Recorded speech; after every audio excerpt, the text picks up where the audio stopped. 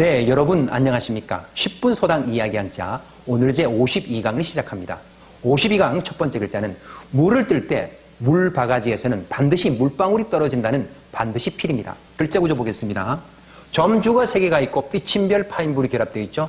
그래서 반드시 필의 글자 이야기에서는 물 바가지에서 한 방울이 이리저리 떨어지고 또 두 방울이 떨어진다는 반드시 필입니다. 물 바가지에서 한 방울이 이리저리 떨어지고 또 두 방울이 떨어진다는 반드시 필입니다.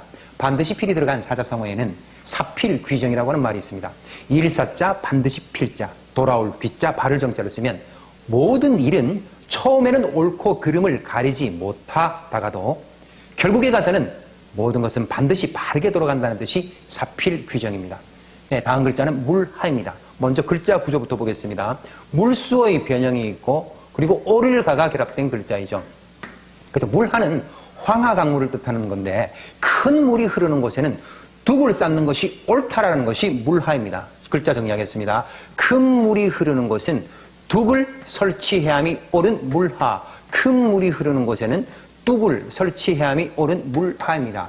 물하가 들어간 활용어 하천이라고 하면 물하에 내천을 써서 강과 시내를 뜻하는 말입니다. 빙하는요, 얼음빙에 물하를 쓰면 얼음이 얼은 큰 강을 빙하라고 하죠. 다음 하구라는 말도 있습니다. 물하에 입구를 쓰면 강물이 큰 강 또는 바다로 흘러들어가는 그 입구를 하구라고 합니다. 네, 다음 글자는 다행행입니다. 다행행은 흉악범을 체포해서 천만다행이라고 하는 글자인데 두 손을 묶은 수갑의 모양을 본뜬 글자입니다. 윗부분에 흑토, 그리고 가운데 점주 2개가 있고 그 아랫부분은 흑토를 딱 접은 모양, 대칭 부분입니다. 또 흉악범을 수갑을 채워서 다행이라고 하는 말, 흑토, 두 손, 또 거꾸로 한 흑토 모양, 다행행, 흉악범을 수갑을 채워서 다행이라는 말, 흑토, 두 손, 거꾸로 한 흑토 모양인 다행행입니다.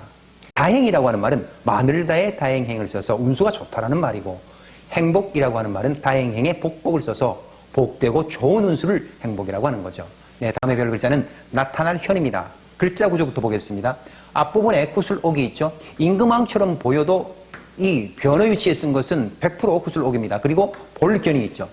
구슬을 가까이에서 보면 광채가 나타난다는 뜻입니다. 옥구슬을 가까이에서 보면 광채가 나타날 현. 옥구슬을 가까이에서 보면 광채가 나타날 현. 현실하면 나타날 현 열매실에서 현저의 사실이나 그런 형편을 현실이라고 합니다. 표현하면 거표에 나타날 현을 써서 나타낸 모양을 표현이라고 합니다. 네, 다음에 배울 글자는 호랑이를 뜻하는 범호입니다. 네, 호랑이의 얼굴을 본뜬 글자이기 때문에 글자의 구조는 코털이 있고 윗이빨이 있고 목덜미가 있죠. 또 혀가 있어요. 날카로운 아랫이빨이 있어요. 또 두 발을 이렇게 디디고 있어요. 호랑이가. 자, 그래서 이 모양을 본뜬 글자이다. 정리하겠습니다. 코털, 윗니빨, 목덜미, 혀, 아랫니빨, 두 발, 범호. 코털, 윗니빨, 목덜미, 혀, 아랫니빨, 두 발 디딘 범호. 범호가 들어간 사자성어 호사유피 인사유명이라고 하는 말이 있습니다. 범호 죽을사 남길류 가죽피. 사람인 죽을사 남길류 이름명. 호랑이가 죽으면 가죽을 남기고 사람은 죽은 뒤에 이름을 남긴다는 말이 호사유피 인사유명입니다. 다음 배울 글자 불을호 이름호입니다. 글자 구조를 보니까 입구가 있고 입을 벌린다는 글자가 있어요. 숫자 5자처럼 생겼네요. 그리고 앞서 배웠던 범호가 있죠. 이 글자의 의미는 입을 벌린 호랑이란 뜻인데 큰 소리로 부른다는 뜻이겠죠. 자, 그래서 글자 구조 정리하겠습니다. 입을 크게 벌린 호랑이처럼 소리쳐서 부르는 이름호 불을호. 입을 크게 벌린 호랑이처럼 소리쳐서 이름을 부르는 이름호 불을호. 이름호 불을호가 쓰인 활용어에는 번호라고 하는 말이 있죠. 차례 번자에 이름호 불을호를 쓰면 차례를 나타내는 호수를 번호라고 합니다.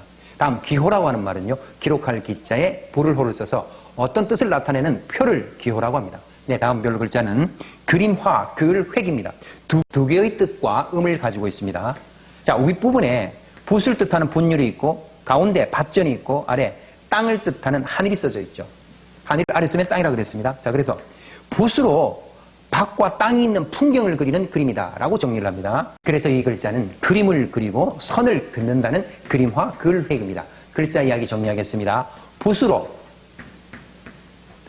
밭과 땅의 경치를 그리는 그림화, 글획. 붓으로 밭과 땅의 경치를 그리는 그림화 글획입니다.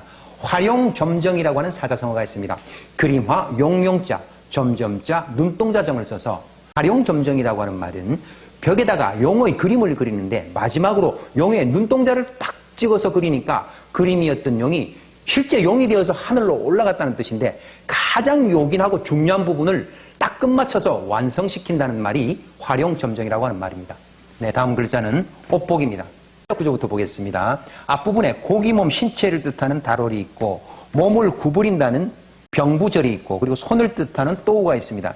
이 옷복의 글자는 원래 나룻배에 그 잡아온 노예를 몸을 굽혀서 손으로 눌러 태워서 복종시킨다는 글자를 가지고 있습니다. 그래서 글자 이야기를 두 개로 정리를 하겠습니다. 몸을 굽히도록 손으로 눌러서 복종시키는 옷복, 그리고 몸을 구부려서 손으로 옷을 잡고 입는 옷복, 몸을 굽히도록 손으로 눌러서 복종시키는 옷복, 몸을 구부려서 손으로 옷을 잡고 입는 옷복. 상명하복이라는 말이 있어요. 위상 목순명 아래하 옷복을 하면 윗사람의 명령에 아랫사람들이 복종하고 따른다는 말이 상명하복입니다. 네, 다음 글자는 물건품입니다. 물건품의 글자는 앞강에서 나눌구를 설명할 때 설명을 했던 글자입니다. 그래서 글자 정리만 하겠습니다. 자, 입구 모양 3개가 있죠. 그릇을 여러 개를 쌓아 올린 모양이라고 했습니다. 자, 입구 모양 그릇 3개를 쌓아 올린 물건품, 입구 모양 3개, 그릇 3개를 쌓아 올린 물건품입니다. 천하일품이라고 하는 말이 있습니다. 하늘천 아래하, 한일 물건품을 써서 비교할 수 없을 만큼 아주 뛰어난 정도로 천하일품이라고 하죠. 하늘 아래 최고의 물건이라는 뜻입니다. 네, 다음 배울 글자는 가르칠 훈입니다. 가르칠 훈의 글자 구조는 말씀원이 있고 물이 흘러간다는 내천이 있죠. 그래서 가르칠 훈의 글자 구조는 말을 하는데 물 흐르듯이 조리 있게 이야기하면서 다 일러서 가르친다는 가르칠 훈입니다. 말을 조리 있게 물 흐르듯이 타이르는 가르칠 훈, 말을 조리 있게 물 흐르듯이 타이르는 가르칠 훈입니다. 훈민정음이라고 하는 말이 있죠. 가르칠 훈, 백성민, 발일정, 소리음을 쓰면 1443년 세종대왕이 집현전 학자 등의 도움을 얻어서 만들었던 우리 글이 훈민정음입니다. 네, 그러면 52강에서 배웠던 글자 머릿속에 쏙쏙 정리해 봅시다. 물바가지에서는 반드시 물이 떨어진다는 글자, 한 방울이 이리저리 떨어지고 또 두 방울이 떨어지는 반드시 필, 반드시 필. 다음은 물하입니다. 큰 물이 흐르는 곳에는 뚝을 반드시 설치해야 함이 옳다는 물하, 물하. 다음은 다행행입니다. 흉악범을 체포해서 손에 수갑을 채웠다는 글자. 흑토의 두 손, 거꾸로 한 흑토의 수갑 모양을 가진 다행행, 다행행. 다음은 나타날 현입니다. 옥구슬을 가만히 들여다보면 광채가 나타나는 나타날 현, 나타날 현. 다음 호랑이 얼굴 범호입니다. 코털, 윗니빨, 목덜미, 혀, 아랫니빨 두 발을 내디딘 범호, 범호. 다음은 이름호, 불호입니다. 입을 크게 5번 호랑이처럼 크게 소리를 쳐서 부르는 이름호, 불호. 다음은 그림화, 글획입니다. 붓을 들고 밭과 땅의 경치를 그리는 그림화, 글획. 다음은 옷복입니다. 몸을 굽히도록 손으로 눌러서 복종시키는 옷복. 몸을 구부려서 손으로 옷을 잡고 입는 옷복. 다음은 물건품입니다. 입구 3개, 그릇을 쌓아 올린 모양, 물건품, 물건품. 다음은 가르칠 훈입니다. 말을 조리 있게 물 흐르듯이 타이르는 가르칠 훈, 가르칠 훈. 네, 여러분 52강 한자 이야기도 재미있게 잘 들으셨나요? 네, 그러면 복습은 언제나 2-3번 꼭 하시기 바랍니다. 그러면 여러분들과는 53강에서 만나 뵙겠습니다. 안녕히 계십시오.